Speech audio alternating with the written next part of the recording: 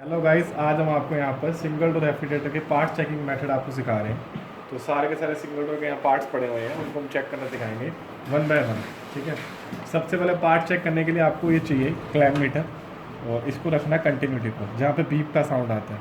तो अभी ये ऑन पर है, मैं आपको लाइट लगा दिखा देता हूँ, अब दिख रहा होगा। अभी ये ऑन पर है, ये डायोड हो गया और ये कंटिन्यूटी होगी। ठीक, ये कंटिन्यूटी का साइन आ रहा है अपना, जहाँ पे वाईफाई वाला साइन होता है यहाँ पे बीप आती है।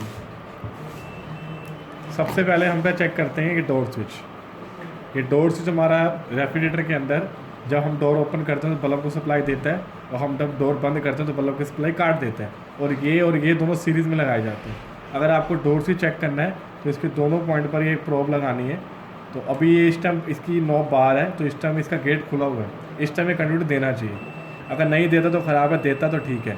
इस टाइम कंटिन्यूटी दे रहा है तो ठीक है। आप क्या करेंगे, इसको इसी पोजीशन पे बटन को दबाएंगे तो कंटिन्यूटी कटनी चाहिए।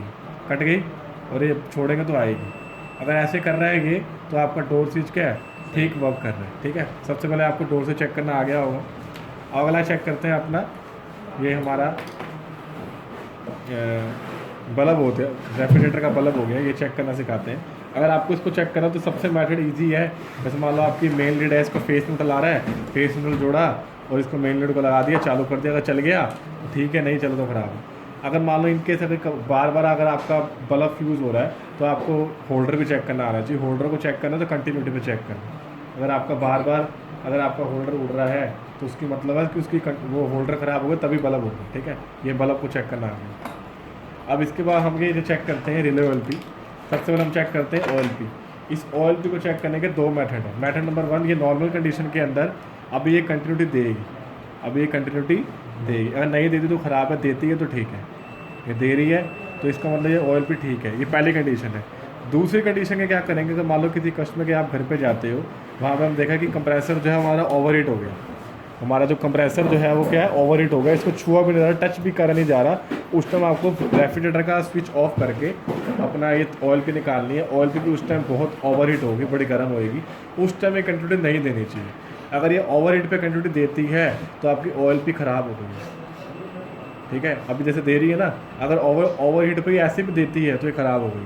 ठीक है, अभी ये ठीक है, OLP चेक हो गई। अब हम ये चेक करते हैं रिले कोई भी हो, चाहे 2 पिन वाली हो, चाहे 3 पिन वाली हो, चाहे 4 पिन वाली हो, कोई भी हो, उसे चेक करने का तरीका एक ही है। जैसे हमारे ये 2 पॉइंट होते हैं रनिंग स्टार्टिंग के, इन दोनों पर ये लगाना है और आपकी वैल्यू आनी चाहिए 10 ओम से लेकर 33 ओम के बीच में। अगर आपकी वैल्यू 10 ओम से लेकर 33 ओम के बीच में आती है, तो साथ में कंटिन्यूटी आती है, तो आपकी रिले ठीक है। अब इसकी वैल्यू जो है देखते हैं कितनी आती है, रुपए की तब बताते हैं। अब इसकी वैल्यू जो है लगभग 33 तक आ गई है, तो ये रिले जो है क्या है, ये ठीक है। ठीक है, एक कंडीशन रिले को चेक करने की ये होती है, वैल्यू आपकी 10 ओम से लेकर 33 ओम तक आनी चाहिए। तो आ रही है वैल्यू, तो ये आपकी रिले क्या ठीक है। दूसरी कंडीशन क्या, अगर मान लो आपकी वैल्यू 10 ओम से लेकर 33 ओम के बीच में आ रही है या नहीं आ रही, आपको कंफर्म करना है रिले ख़राब है कि नहीं है। आपको जहाँ पे पुरानी रिले लगी हुई है उसको हटा के नई रिले लगा देनी है। अगर पुरानी रिले हटाने के बाद नई रिले लगाकर अगर वो कंप्रेसर चल जाता है तो रिले ख़राब है, और जब रिले ख़राब होती है तो OLP भी चेंज करते ही करते हैं। ठीक है, ये रिले चेक करनी आ गई होगी आपको। अब हम ये चेक करते हैं थर्मोस्टेट। ये चेक करते हैं थर्मोस्टेट को चेक करने के लिए आपको, जैसे मान लो ये थर्मोस्टेट है, इसको सबसे पहले आपको चेक करना है फिजिकली। क्या है चेक करना है, फिजिकली क्या है चेक करना, मैं बता देता हूँ। जैसे इसका सेंसर होता है जो इसके अंदर अभी ये पाइप के अंदर डला हुआ है, इसको इंसुलेशन बोलते हैं।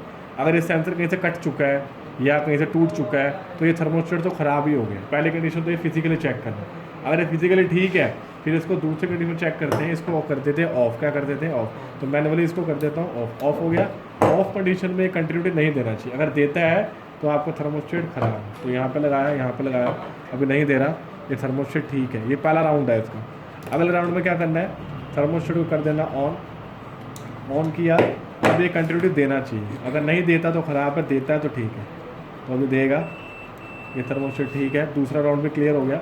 तीसरे राउंड में क्या करना है, अब ऑन कंडीशन में ही आपको इसको लगा के रखना है। जैसे कि आपको पता होगा कि हमारा जो सिंगल डोर रेफ्रिजरेटर का थर्मोस्टेट होता है उसमें एक बटन होता है जिसको डिफ्रोस्ट बटन बोलते हैं। तो हम क्या करेंगे, ऑन पोजीशन में ही अगर हम इसको लगाते हैं, अब ये कंटिन्यूटी दे रहा होगा। अब इसी कंडीशन में अगर मैं बटन को दबाऊंगा तो ये कंटिन्यूटी सी कट जाएगी। अगर नहीं कटती तो ख़राब है, कटती है तो ठीक है। तो हम चेक करते हैं एक बार। तो ये प्रॉब्लम यहाँ लगाई और एक प्रॉब्लम लगाई यहाँ पर, और इसके देखते हैं कंटिन्यू आ रही है। अभी तो आ रही है ना, मैं बटन दबाता हूँ, कट गई। अब मैं बटन छोड़ूंगा तो आ जाएगी, बटन दबाऊंगा तो कटेगी, बटन छोड़ूंगा तो आएगी। इस कंडीशन में आपका थर्मोस्टेट ठीक है। अभी मैंने आपको सारे मेथड बताए, अभी कुछ मेथड और भी हैं वो बताना चाहता हूँ। जैसे मान लो फ्रिज के अंदर अगर ये थर्मोस्टेट लगा हुआ है, लगे लगे आपको चेक करना है, तो उसका ये जो डिफॉल्ट बटन होता है उसको प्रेस कर दो। सपोज करो उस फ्रिज के अंदर, सिंगल डोर फ्रिज के अंदर एक्स्ट्रा ऑर्डिनरी बर्फ़ जमी हुई है। अगर हम बटन दबाते हैं और बटन हमारा अंदर दबा ही रह जाता है, और थोड़ी देर के बाद जब बर्फ़ मेल्ट होगी तो वो ये बाहर आता है, तो थर्मोस्टेट आपका ठीक है। अगर ये ख़राब होगा तो कैसे होगा, अगर हम बटन दबाएंगे तो कुछ सेकंड के बाद ही अपने आप ये वापस बैक आ जाएगा, तो थर्मोस्टेट आपका ख़राब होगा। ठीक है, ये लास्ट पोजीशन होती है थर्मोस्टेट को चेक करने की। तो आपको सारे मेथड हमने बता दिए। एक आपका ये रह गया मेन लीड, मेन लीड को चेक करने बता देते हैं। मेन लीड तो ईजी चीज़ है। जैसे मान लो एक पॉइंट यहाँ लगाया, अब ये दोनों में से किसी एक पे बजना चाहिए, दोनों पे नहीं बजेगा। अभी इस पर बजा है, फेस की वायर है, ठीक है, फेस में बजाना चाहिए, न्यूट्रल में नहीं बजना चाहिए, और न्यूट्रल वाला न्यूट्रल में बजना चाहिए,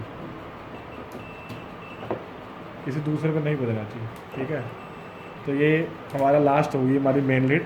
तो ये सारे के सारे पार्ट चेक करना आपको बता दें। लास्ट हमारा ये रह गया कंप्रेसर, सबसे मेन पार्ट तो यही है।